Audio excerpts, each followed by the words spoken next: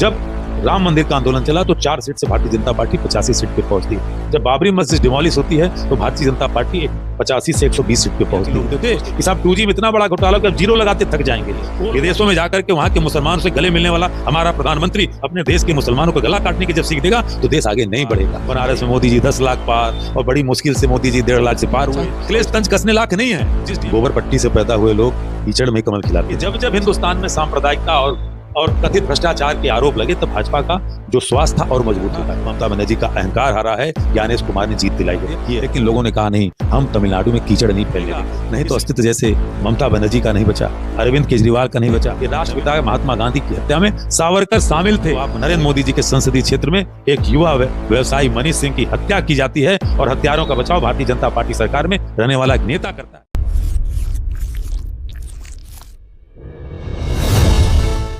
हाल ही में भारत में 5 राज्यों में चुनाव हुए, जिसके द्वारा हम अगर देखें तो ये देखने को मिल रहा है कि भारत में राजकीय और क्षेत्रीय पार्टियों के जो अस्तित्व हैं वो समाप्त होते नजर आ रहे हैं और केवल 2 दल भाजपा और कांग्रेस आमने सामने नजर आ रही है। आगामी 2029 के चुनाव में इन 2 दलों के बीच एक भारी लड़ाई होने वाली है, देखने को मिल सकता है। इस पर चर्चा करने के लिए हमारे साथ कांग्रेस प्रवक्ता संदीप सिंह मौजूद है, उनसे बातचीत करेंगे। तो कैसे देखते हैं आप इस पूरे मामले को, जहां एक और हमारा देश लोकतांत्रिक देश है, कई पार्टियां हमारे देश में पाई जाती हैं, लेकिन अब धीरे धीरे टीएमसी से लेकर डीएमके तक सबका अस्तित्व समाप्त हो चुका है।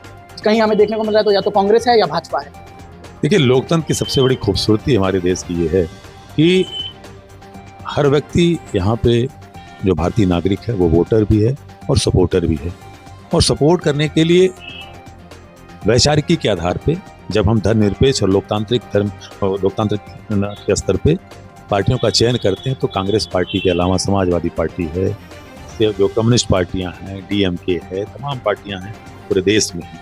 और वहीं दूसरी तरफ हम जब देखते हैं कि एक ऐसा दल है जो सीधे सीधे गैर लोकतांत्रिक तरीके से, जो संविधान को ही नहीं मानता, आज मजबूरी है कि शपथ लेनी मजबूरी है, लेकिन वो जब संविधान के विरोध में बात करते हैं, जब हिंदुस्तान के हाशिए पे खड़े कमजोर वर्ग की बात करते हैं, जो मुसलमानों को चिढ़ाने की, आदिवासियों की जमीन लूटने की बात करते हैं, तो वो भारतीय जनता पार्टी जो घोर दक्षिणपंथी, जो अनडेमोक्रेटिक है। तो इसलिए आज ये चुनाव, क्योंकि लगातार जब भारतीय जनता पार्टी की मोदी सरकार यहाँ बन रही थी, उसके पहले इस चीज को कांग्रेस ने अच्छी तरह भांपते हुए कहा था। क्योंकि पहले की भारतीय जनता पार्टी जब बनती थी, सरकारें बनती थी, अटल बिहारी वाजपेयी जी 28 दलों के साथ मिलकर के आते थे। उस दौर में भी कुछ चीजें ऐसी हुई थी, लेकिन आगे पनप नहीं पाई। और भारतीय जनता पार्टी का इतिहास रहा है, ये जब भारतीय जनसंघ से लेकर जब इनका जन्म हुआ और 1980 में भारतीय जनता पार्टी बनी, उसके बाद जब मंदिर का इशू आता है तो भारतीय जनता पार्टी, इसमें इसलिए गिना रहा हूं कि जब जब हिंदुस्तान में सांप्रदायिकता और कथित भ्रष्टाचार के आरोप लगे तब भाजपा का जो स्वास्थ्य था और मजबूत होता गया। जब राम मंदिर का आंदोलन चला तो 4 सीट से भारतीय जनता पार्टी 85 सीट पे पहुंचती है। जब बाबरी मस्जिद डिमोलिश होती है तो भारतीय जनता पार्टी 85 से 120 सीट पे पहुंचती है। उसके बाद जब अटल बिहारी वाजपेयी जी की सरकार बनती है तो 120 से 182 सीट पे पहुंचती है। और 182 वाली भारतीय जनता पार्टी जब अटल बिहारी वाजपेयी की सरकार जाने लगती है, जब डॉक्टर मनमोहन सिंह की सरकार आती है तो 182 से गिरकर के 142 पे आती है। 142 से गिरकर के कुछ समय मुद्दा नहीं था, अच्छी सरकार चल रही थी। और फिर जब दोबारा मनमोहन सिंह की सरकार आती है तो 142 से गिरकर के 116 पे आ जाती है। 2014 में कौन सा सांप्रदायिक मुद्दा रहा हूं तब आ जाती है। अब वही कह रहा हूं कि कथित भ्रष्टाचार रचा गया कि साहब इतना बड़ा घोटाला, आप मीडिया के लोग ही तो थे कि साहब 2G में इतना बड़ा घोटाला कि अब जीरो लगाते थक जाएंगे। कोल ब्लॉक इतना बड़ा घोटाला हुआ है कि साहब वो पकड़ा ही नहीं जा रहा किस किस का पैसा गया। कॉमनवेल्थ इतना बड़ा घोटाला हुआ, क्या हुआ? सीएजी विनोद राय ने क्या कहा कि साहब जीरो टॉलरेंस था, क्या कि कोई घोटाला ही नहीं था कुछ स्पेक्ट्रम के नाम पे। कोल ब्लॉक को कोर्ट ने क्या कहा कि क्लर्कियल मिस्टेक दिखाई गई, कोई भ्रष्टाचार नहीं था। कॉमनवेल्थ का घोटाला वो भी जीरो साबित हुआ। यानी जितने घोटाले लगा करके कांग्रेस को बदनाम किया गया, कांग्रेस चूंकि साफ थी इसीलिए उसने अपने नेताओं को, मंत्री होते थे, ए राजा कन्वोई को जेल भेजने का काम किया था। आज भारतीय जनता पार्टी की तरह एक अपराधी जो उनको मुख्यमंत्री बनाया। कांग्रेस क्यों नहीं बना पा रही अपनी सरकार लगातार 10 सालों में? कांग्रेस उस राजनीति को अगर करती तो हम सत्ता से कभी न जाते। अगर हम कन्वोई और राजा को जेल न भेजते तो हम भी यही राजनीति करते, तो हम भी अगर पैसे की राजनीति करते तो सत्ता में हम भी बने रहते। क्योंकि कांग्रेस ने देश को बनाया, कांग्रेस से वो क्रूर और भ्रष्टाचारी अंग्रेजों को खदेड़ करके इस देश की आजादी में भागीदार। और ये जो अंग्रेजों के तलवे चाट थे, जो अंग्रेजों से पेंशन लेते थे, आज जब वो देश के स्वतंत्रता इतिहास पे चर्चा करते हैं, जब राष्ट्रभक्ति का प्रमाण पत्र देते हैं, तो देख के ही लगता है कि एक गद्दार आदमी अगर आपके सामने देश की भक्ति की बात करे तो मुझे लगता है कि इससे बड़े शर्म की बात नहीं। कांग्रेस ने अपनी सरकार के गलतियों को छिपाने का काम नहीं किया था। अगर सरकार उन गलतियों को छिपाती तो भाजपा आना पाती। कांग्रेस पे ये भी तो आरोप लगते हैं कि कांग्रेस की शुरुआत ही एक झूठ से हुई थी, महात्मा गांधी द्वारा वल्लभ भाई पटेल को हटाकर उनको प्रधानमंत्री बना दिया गया। इस तरीके की विधियों से तो कांग्रेस की स्थापना एक पार्टी के रूप में। मुझे लगता है कि आप नौजवान पत्रकार हैं, अध्ययन और करें।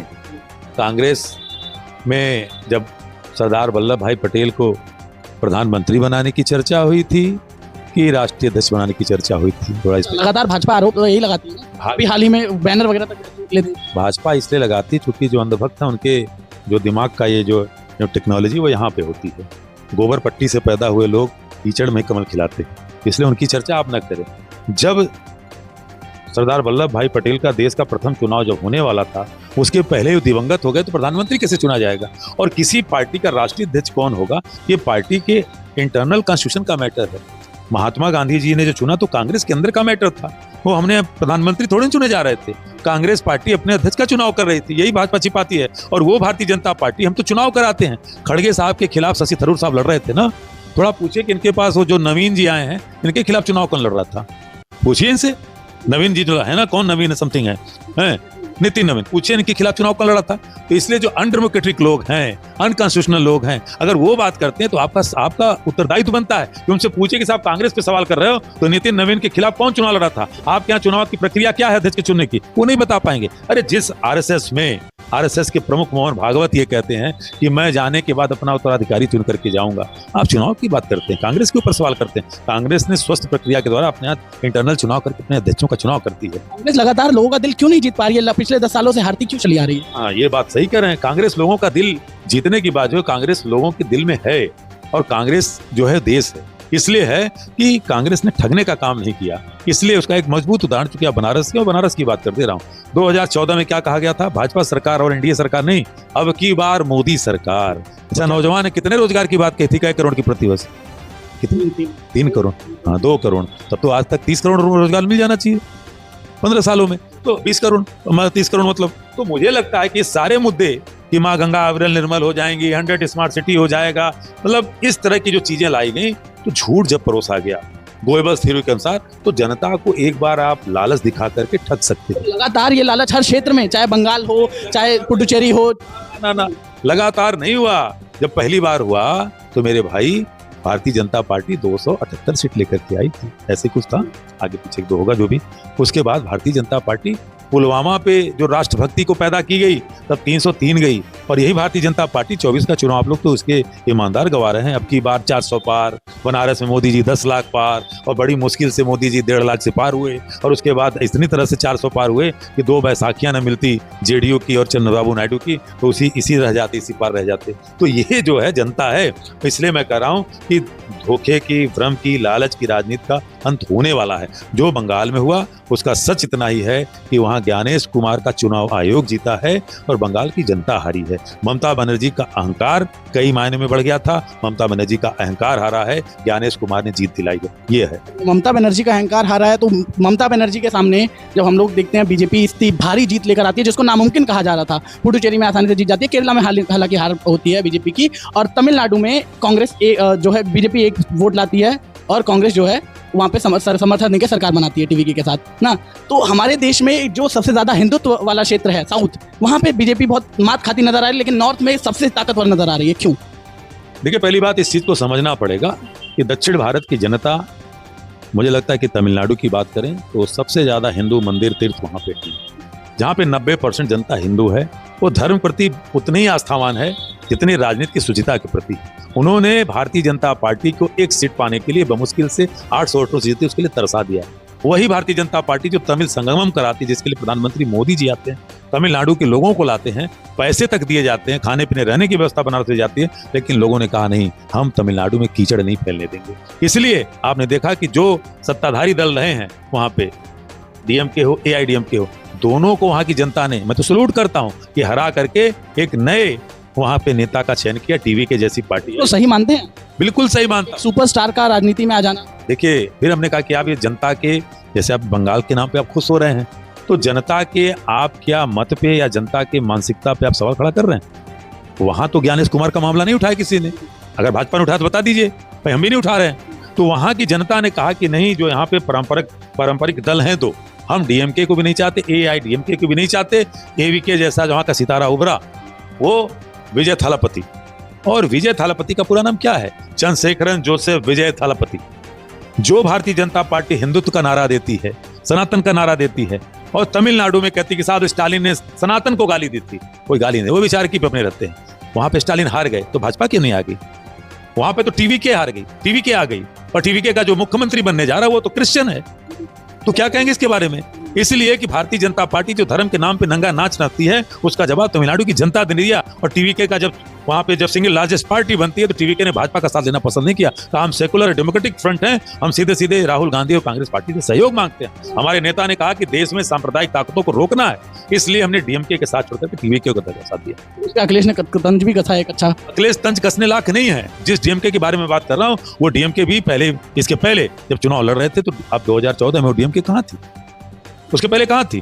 तो कांग्रेस पार्टी के ऊपर जब आप सवाल करते हैं तो कांग्रेस पार्टी इस देश की सॉवर्जिनिटी को, इस देश के डेमोक्रेटिक इंस्टीट्यूशन को, इस देश के जो है कॉन्स्टिट्यूशनल इंस्टीट्यूशन को बचाए रखने के लिए तमिलनाडु में क्या पूरे देश में सांप्रदायिक शक्तियों का कहीं भी साथ नहीं देने वाली है। इसलिए तमिलनाडु हमने साथ दिया। और यही हाल विपक्षी दलों को, जो अगर सेकुलर डेमोक्रेटिक फ्रंट में रहना चाहते हैं, उनको भी आकर के साथ लड़ना पड़ेगा। नहीं तो अस्तित्व जैसे ममता बनर्जी का नहीं बचा, अरविंद केजरीवाल का नहीं बचा, नवीन पटनायक का नहीं बचा। अब तो पंजाब में एक तिहाई से ज्यादा सांसद ले लिया है, वहां पर भी ऑपरेशन लोटस शुरू है। तो इसलिए जितने लोग हैं, ऑपरेशन लोटस बिल्कुल है, वहां कीचड़ फैलाने की कोशिश चल रही है। अकाली दल के द्वारा कीचड़ फैलाने का काम किया, अकाली दल ही समाप्त हो गई। अब वहां पे डायरेक्ट जो वहां पे 7 सांसदों को तोड़ा गया, वहां पे एक और मंत्री, उनके ऊपर ईडी की कार्रवाई, तो वहां पे इस तरह से। तो ये आज देश की जनता खूब समझ रही है। राहुल गांधी जी कह रहे हैं ना कि कैसे वोट चोरी की जा रही है, कैसे चुनाव चोरी की जा रही है, सब कुछ सामने है। क्योंकि आज डेमोक्रेटिक और कॉन्स्टिट्यूशनल इंस्टीट्यूशन पे भाजपा का कब्जा हो चुका है और इसकी लड़ाई के लिए जनता तो खड़ी हो रही है। लेकिन दुर्भाग्य का विषय है कि मीडिया अपनी ईमानदारी को लाए, नहीं तो आज वर्ल्ड रैंकिंग में हमारे देश की मीडिया पाकिस्तान से नीचे चली गई है, 197 रैंक पे। पाकिस्तान से भी बदतर हमारे देश की मीडिया का हालत है। ये कांग्रेस के लिए सर सवाल तो ये भी पत्रकार जिम्मेदार है। सवाल तो ये भी उठते हैं कि जब भी कांग्रेस हारती है या तो वो चली जाती है इलेक्शन कमीशन के पास या मीडिया को नाम लगा देती है मीडिया का। नहीं, मीडिया का तो चरित्र वो तो जग जाहिर है ना। अगर मीडिया हमारी ईमानदार होती तो कांग्रेस ने तो रेटिंग नहीं दी वर्ल्ड रैंकिंग में, या पाकिस्तान से नीचे चले गए। अपनी बदतर हालत को आप सोचिए। दूसरी बात, कांग्रेस जब डेमोक्रेटिक इंस्टीट्यूशन पे हमला होता है तो कांग्रेस हमेशा आवाज उठाई है।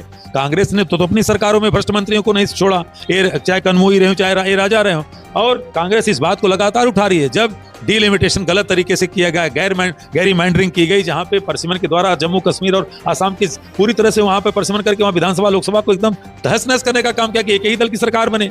तो इस तरह से जो काम किया गया, कांग्रेस वहां लड़ रही है। कांग्रेस का लक्ष्य अगर सरकार बनाने का होता ना तो कांग्रेस इस चीज को कभी भूलती नहीं, कभी भारतीय जनता पार्टी को आने तक नहीं देती। मूल सवाल पे आते हैं, जो मूल मुद्दा था कि तो क्या आने वाले 2029 के चुनाव में जो क्षेत्रीय पार्टियां लगातार हमने देखा खत्म होती नजर आ रही है, ना आम आदमी पार्टी रह गई है, ना टीएमसी रह गई है, ना डीएमके रह गई है। खाली जहां देखने को मिल रहा है या तो कांग्रेस है या बीजेपी है। तो इन दोनों के बीच एक बड़ा युद्ध देखने को मिल सकता है 2029 में। देखिए, मैं ऐसा नहीं मानता हूँ। हिंदुस्तान में सभी दलों का अपने अस्तित्व को रखने के लिए हमारा कॉन्स्टिट्यूशन उसकी मजबूती प्रदान करता है। ये आपके बिल्कुल विचार होंगे कोई खत्म हो गया, मैं नहीं मानता। हिंदुस्तान में जो 2 फाके में लोग बटे हुए हैं वो विचारधारा है। एक विचारधारा है जो देश की संविधान, तो बाबा साहब भीमराव अम्बेडकर, महात्मा गांधी, पंडित जवाहरलाल नेहरू, सरदार वल्लभ भाई पटेल की विचारधारा को मजबूत करती है, जो समाजवादी है, धर्मनिरपेक्ष है और लोकतांत्रिक है। उसको बचाने के जो कांग्रेस का इंडिया गठबंधन है, वहां पे जो लोग हैं, और इस विचारधारा से और भी दल आने वाले समय में जुड़ेंगे अगर देश से मोहब्बत, देश से प्रेम करते हैं। दूसरी तरफ एक वो दल है जो आजाद होने के बाद ही संविधान की प्रतियां जलाया, बाबा साहब भीमराव अम्बेडकर और पंडित जवाहरलाल नेहरू के पुतले फूके, जिसने देश के राष्ट्रपिता महात्मा गांधी की हत्या करने वाले हत्यारों को भी अपने दल से जोड़ करके उनको महान बनाने का काम किया, और जो सीधे सीधे देश को बांटने के लिए एक धर्म विशेष की राजनीति करती है, वो है भारतीय जनता पार्टी का एनडीए। 2 विचारधाराएं हैं देश को एक साथ लेकर के चलने वाली, जो इंडिया गठबंधन कांग्रेस का नेतृत्व है, और देश को टुकड़े टुकड़े में बांट करके धर्म के आधार पे राजनीति करने वाली एनडीए जो भारतीय जनता पार्टी है, जिसके पास नॉन डेटा अलायंस है। तो क्या स्वतंत्रता संग्राम के सेनानी भी बट गए हैं भाजपा और कांग्रेस में? देखिए, मुझे लगता है कि स्वतंत्रता संग्राम सेनानी नहीं बटे, गद्दार और देशभक्त बटे, जो 7 बार माफी मांग करके 60 रुपए प्रतिमाह पेंशन लेकर के जिसको आप वीर कहते हैं, जिसको मैं कायर कहता हूं, विनायक दामोदर सावरकर मेरी नजर में देशभक्त नहीं हो सकते। भारतीय जनता पार्टी के लोगों की निगाह में तो होंगे, लेकिन जो व्यक्ति अंग्रेजों के सामने कभी झुका नहीं, महात्मा गांधी इसी देश के लिए अंग्रेजों के सामने जॉर्ज पंचम से मिलने गए थे और वहां पे जो है इंग्लैंड के प्रधानमंत्री ने कहा एक अदनंगा फकीर आया है। जिस समय पूरी दुनिया में इंग्लैंड की तूती बसती थी, उस इंग्लैंड के सत्ता का सूरज नहीं डूबता था, वहां पे राष्ट्रपिता महात्मा गांधी ने मेरे रोए खड़े हो जाते हैं इस चीज को कहा कि मेरे देश के लोगों के शरीर का कपड़ा तो आपने छीन लिया है, तो मैं कौन सा कपड़ा पहन के आऊं, ये कोई संगी नहीं कर सकता। जिस अंग्रेजी जज के सामने चौरी चौरा की घटना होती है, महात्मा गांधी कोर्ट में खड़े होकर के जज को कहते हैं कि इस घटना के लिए मैं जिम्मेदार हूं, अगर मुझे दोष की सजा नहीं दोगे तो आप जज की कुर्सी पे बैठने का हकदार नहीं। वो महात्मा गांधी थे जब ये चिट्ठियां लिख करके माफी और 60 रुपए पेंशन मांगते थे। तो इसलिए कहना चाहता हूं कि देश के लोगों को गद्दारों और देशभक्तों को समझना होगा, और ये वही लोग थे कि राष्ट्रपिता महात्मा गांधी की हत्या में सावरकर शामिल थे। कोर्ट के बयान हैं, और कोर्ट के बयान यहाँ तक हैं कि इनके खिलाफ सबूत नहीं मिले। कोर्ट ने यहाँ तक माना कि सावरकर के घर पे बैठ करके ये जो पहवा था, तमाम जो उनके कत्ल करने वाले लोग थे, सब उनके घर बैठ करके कॉन्स्पिरेसी रचे थे। इतना ही नहीं, नाथूराम गोडसे का भाई जब जेल से छूट करके आया तो उसने अपना बयान दिया कि विनायक दामोदर सावरकर के घर बैठ करके हमारे षड्यंत्र की रचना रची गई थी। इससे ज्यादा सबूत क्या होगा। अंतिम सवाल पे आते हैं। अभी हाल ही के चुनावी नतीजों को देखते हुए आपका क्या अनुमान है, 27 में कांग्रेस की क्या स्थिति रहेगी? देखिए, कांग्रेस दिनों दिन मजबूत हो रही है। कांग्रेस हिमाचल प्रदेश की सरकार बनी, कर्नाटका की सरकार बनी, तेलंगाना की सरकार बनी, केरला की सरकार बनी, और तमिलनाडु में भी समर्थन के सरकार बनवाया। ये हिमाचल से लेकर के तमिलनाडु तक, और आज कांग्रेस की दिन थी कि उत्तर प्रदेश में जब लोकसभा का चुनाव भारतीय जनता पार्टी कह रही थी कि 80 की 80 पाएंगे, मोदी जी 10 लाख पार जाएंगे, तो इस 80 वालों को समाजवादी पार्टी यहाँ के नंबर 1 की पार्टी बनी, भारतीय जनता पार्टी पीछे चली गई। और दूसरी तरफ बनारस में 10 लाख से पार का नारा देने वाले भाजपाइयों के सामने उनके नेता नरेंद्र मोदी जी 1.5 लाख से किसी तरह से पार हुए। तीसरी बात, चुनाव आयोग लगातार जिस तरह से असंवैधानिक कृत्य कर रहा है, लगातार उसको घेरने का काम नेता प्रतिपक्ष जननायक राहुल गांधी ने किया कि किस तरह से वोट चोरी हमारे हरियाणा से लेके महाराष्ट्र तक, कर्नाटका में हमारी सरकार बनी, वहां भी हमने दिखाया कि कैसे महादेवपुरा में पीपीटी दिखाया था राहुल गांधी ने, कैसे वोट 40 लाख वोट 5 महीने में कैसे महाराष्ट्र में बढ़ा दिए गए। तो ये सारे सवाल हैं। तो यहाँ पे चुनाव आयोग के पीछे पैनी निगाह है, और आज भी उम्मीद करते हैं कि देश का सुप्रीम कोर्ट सुओ मोटो के तहत ज्ञानेश कुमार की गतिविधियों पे ध्यान दे, कार्रवाई करे। और उत्तर प्रदेश को लेकर के फिर कहना चाहता हूं कि उत्तर प्रदेश का जो पिछड़ा, दलित, शोषित, वंचित है, उसके अंदर भयंकर गुस्सा इस सरकार के खिलाफ है। अगर ऐसा ना होता तो आप नरेंद्र मोदी जी के संसदीय क्षेत्र में एक युवा व्यवसायी मनीष सिंह की हत्या की जाती है, और हत्यारों का बचाव भारतीय जनता पार्टी सरकार में रहने वाला एक नेता करता है। गाजीपुर में वहां पे पता चलता है कि विश्वकर्मा समाज की बेटी को जिस तरह से उसके साथ कृत किया गया, वहां पर भी भारतीय जनता पार्टी के लोग हैं। यहाँ पे भूमाफियों के खिलाफ बात की जाती है, और भूमाफिया का काम भारतीय जनता पार्टी का विधायक करता है। इससे ज्यादा सबूत क्या लेंगे। और भारतीय जनता पार्टी के लोग दलितों का अधिकार छीन रहे हैं, शोषित वंचित समाज का अधिकार छीन रहे हैं, आदिवासियों के जंगल को छीन रहे हैं, और मुसलमानों के खिलाफ आपत्तिजनक भाषाएं आम हो गई हैं। जैसे लगता है कि एक भाजपा का नेता जितना मुसलमानों को गाली देगा उतना वोट बढ़ेगा। अरे इससे देश टूट जाएगा। आपके पास अपने लोगों को पेट भरने के लिए क्षमता नहीं है। गल्फ कंट्री में जाकर के लाखों लोग वहां पे दिनार और दिरहम कमाते हैं, तो आपके देश की पूंजी चलती है, आपकी अर्थव्यवस्था मजबूत होती है। विदेशों में जाकर के वहां के मुसलमानों से गले मिलने वाला हमारा प्रधानमंत्री अपने देश के मुसलमानों को गला काटने की जब सीख देगा तो देश आगे नहीं बढ़ेगा। यही हम सोच जो भारतीय जनता पार्टी के खिलाफ लड़ रहे हैं, और 27 में इंडिया गठबंधन माकूल जवाब देगा और भारतीय जनता पार्टी का सफाया होगा। तो धन्यवाद। तो हमारे साथ संजीव सिंह जी जुड़े हुए थे, जिन्होंने हमारे साथ तत्कालीन राजनीतिक मुद्दों पर बात की। प्रशांत दुबे, काशीनाथ।